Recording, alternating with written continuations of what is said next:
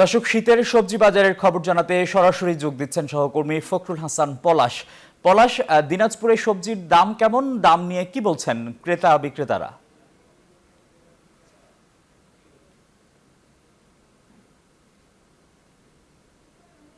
ধন্যবাদ আপনাকে। একটু জানিয়ে রাখি যে দিনাজপুরে কিন্তু এই সবজির জন্য বিখ্যাত এবং প্রতি বছর এখানে 2 থেকে 2,500 হেক্টর জমিতে কিন্তু এই সবজির আবাদ হয়ে থাকে এবং বিভিন্ন সবজি যদি আমরা এখন বাজারে দেখতে পাচ্ছি এবং কৃষকরা কিন্তু বিশেষ করে লাউ, তারপরে বাঁধাকপি, ফুলকপি সহ বিভিন্ন সবজি কিন্তু আবাদ করছেন এবং এই সব সবজি কিন্তু আমরা দেখেছি যে কিছুদিন আগেও কিন্তু দাম অনেকটাই চড়া ছিল।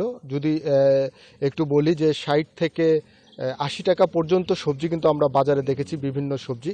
এখন কিন্তু সেই সবজি কিন্তু আসলে কৃষকরা কিন্তু আবাদ করতে করতে